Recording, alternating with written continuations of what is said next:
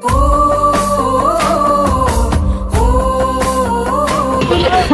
కార్యక్రమాన్ని ఉద్దేశించి అఖిల భారత రైతు కూలీ సంఘం రాష్ట్ర గౌరవ అధ్యక్షులు శ్రీ కోటేశ్వరరావు గారిని మాట్లాడుతున్నా. 50 సంవత్సరాల క్రితం విధించిన ఎమర్జెన్సీ యొక్క బాధలన్నిటిని కూడా ఒకసారి చెప్పికి తీసుకుని ఈనాడు హిందూ ఫాసిస్ట్ మతోన్మాద మోడీ పాలనకు వ్యతిరేకంగా పోరాడవలసిన అవసరం ఉంది అనేది మేము భావిస్తున్నాం.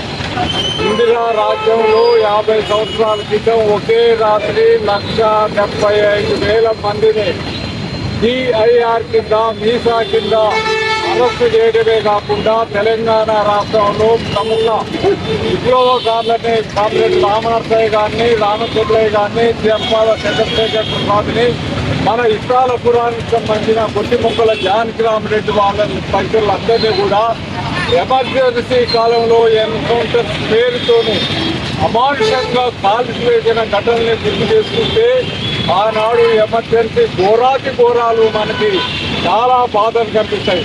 కేవలం ఒక కాంగ్రెస్ వాళ్ళని తప్ప ఇందిరాగాంధీని వ్యతిరేకించిన మురార్జీ దేశాయిని, ఇక్కడ ఉన్న జగ్జీవన్ బాబుతో సహా అందరినీ కూడా నీచాతి నీచంగా అణిచివేసిన ఘటనని మనం గుర్తు చేసుకున్నట్టయితే ఎంత అమానుషంగా ఒక 24 నెలలు ఈ రాజ్యము ఈ దేశం ఎంత బాధలకు గురైందో మనం గుర్తు చేసుకుంటే చాలు.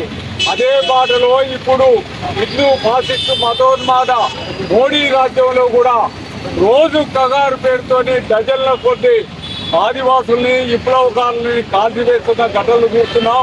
పొరవరం లాంటి వాళ్ళని లేకపోతే అర్బన్ నక్సలైట్ల పేరుతోనే అనేక మంది లాయర్లని ఇప్పటికి కూడా బెయిల్ రాకుండా జైల్లో ఉంచిన ఘటన చూస్తున్నాం.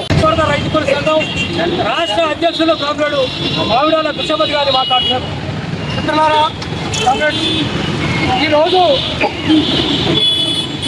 జూన్ 25వ తారీఖు గత 50 సంవత్సరాల క్రితం ఇందిరాగాంధీ భారతదేశంలో ఎమర్జెన్సీ ప్రకటించి మిత్రపక్షాలు అనుకున్నటువంటి పార్టీల నాయకులు అందరినీ కూడా అరెస్టు చేసి జైళ్ళల్లో పెట్టి విప్లవకారులను పట్టుకొని కాల్చి చంపి ఎన్కౌంటర్ల పేరుతో హత్యలు చేసేటువంటి చరిత్ర మనం చూసాం.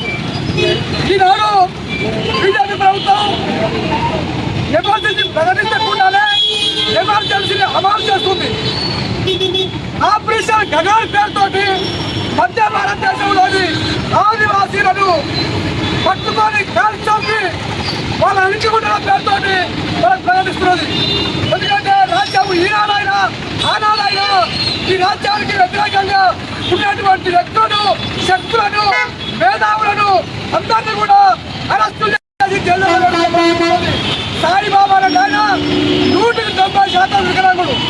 తనను 10 సంవత్సరాలు జైల్లో పెట్టి తను మోడీని చంపడానికి ప్లాన్ చేస్తున్నాడనే నేపథ్యంతో అరెస్ట్ చేసి 10 సంవత్సరాలు జైల్లో పెట్టి నిర్బంధించేటువంటి చరిత్ర మనం చూసినాం.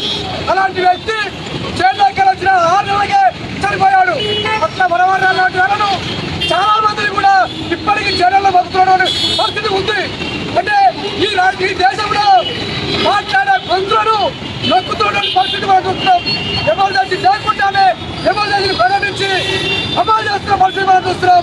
అందుకే దీనికి వ్యతిరేకంగా ప్రజలందరూ కూడా ముందుకు రావాల్సినటువంటి అవసరం ఉంది.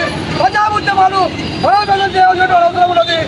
ఆపరేషన్ గగన్ను ఆపి రాష్ట్రంతో శాంతి జరపాలని చెప్పి సిపిఐ లూటి పక్కసి రాష్ట్రం డిమాండ్ చేస్తున్నారు.